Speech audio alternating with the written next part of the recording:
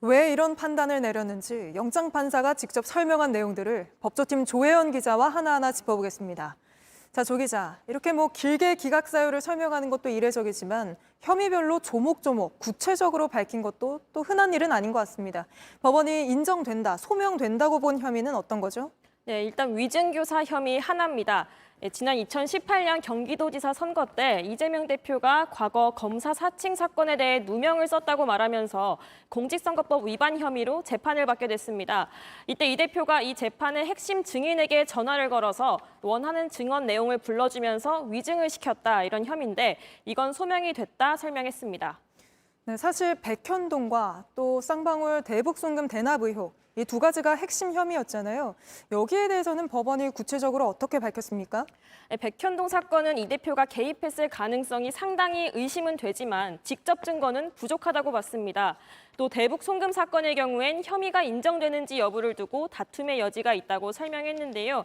이 혐의 입증을 자신하던 검찰 입장에서는 좀 뼈아픈 부분이라고 할 수 있겠습니다. 네, 증거인멸 우려 부분도 검찰에서는 증거를 없앨 가능성이 상당히 있다, 이렇게 계속 강조를 했었는데 여기에 대해서 법원은 좀 아니라고 판단한 거죠?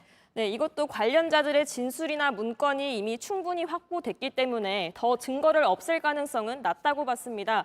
주변인들의 증거인멸 시도는 좀 의심이 되지만 이 대표가 직접 관여했는지에 대한 증거는 부족하다고도 했습니다. 기각 사유를 보면 당대표라는 이 지위를 두고 법원과 검찰이 또 엇갈린 판단을 내린 것 같다는 지적도 나오던데요. 법원은 이 대표가 정당의 현직 대표 이런 표현을 쓰면서 이 공적 감시 대상인 만큼 네. 이 대표에게 증거인멸의 가능성이 있다고 보긴 어렵다, 이런 식으로 설명을 했습니다.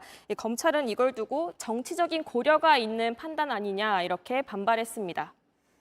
네, 그리고 이화영 전 부지사가 대북 송금을 이재명 대표에게 보고했었다고 했다가 최근에 또 번복한 걸 두고 이것도 좀 쟁점이 됐잖아요. 검찰에서는 계속 그걸 주장을 했는데 법원에서는 어떻게 받아들였습니까? 네, 법원에서는 이 전 부지사가 본인의 뜻대로 진술한 거는 맞다고 볼 수 있지만 이건 구속 심사가 아니라 법원 앞 본 재판에 가서 다툴 부분이라고 설명했습니다. 네, 알겠습니다. 조혜연 기자와 짚어봤습니다.